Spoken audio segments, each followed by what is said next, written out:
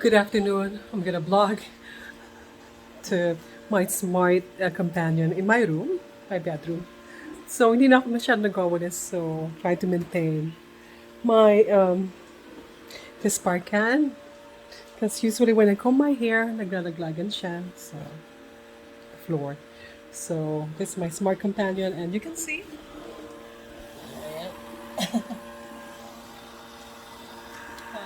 It's like a mini robot vacuum thing, and it's really worth it. And it's Samsung, and it might last for 1 hour when you fully charge, and it's just gonna rotate in your room. And before you start it, I advise you to take off all the small stuff that this one can suck it out. Kailangan wala siya matatanggal. So, para tuloy-tuloy yung kanyang paglilinis ng area nyo. So, maintaining my room is one of the best. Yeah. I really advise you to do it. When mag-low-bat na siya, and start turning it off by itself, mag-shut down siya, and it's gonna look for the cradle. To start looking for the cradle.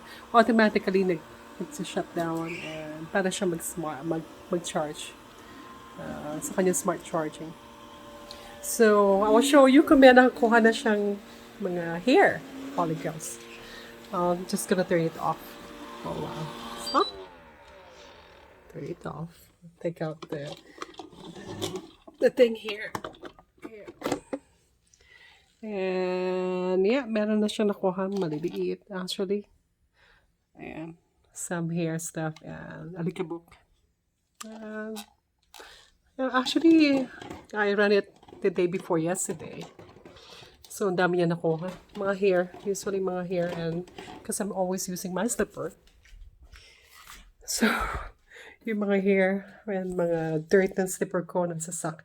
Nalilinis niya. So, it's good. Use it for a small room, small area. It can clean from 120 square. I never tried with the what you call that, so carpet. Just do it in uncarpeted floors. It's much easier for this one to clean because, as you can see, yeah, mostly brushes the dirt. I don't know if it can suck the thing really in the carpet. I never tried. So, but it's worth it. It's worth it, really. And I'm gonna start. Yeah. And when it's needs to be charged, we'll go make it sound and we'll go back to the cradle. Medyo maingay siya ng konti, but it's tolerable ang ingay niya. And it goes like a thing, remote control. When it hits something, it will just turn around and yeah, look for another thingy. Oops.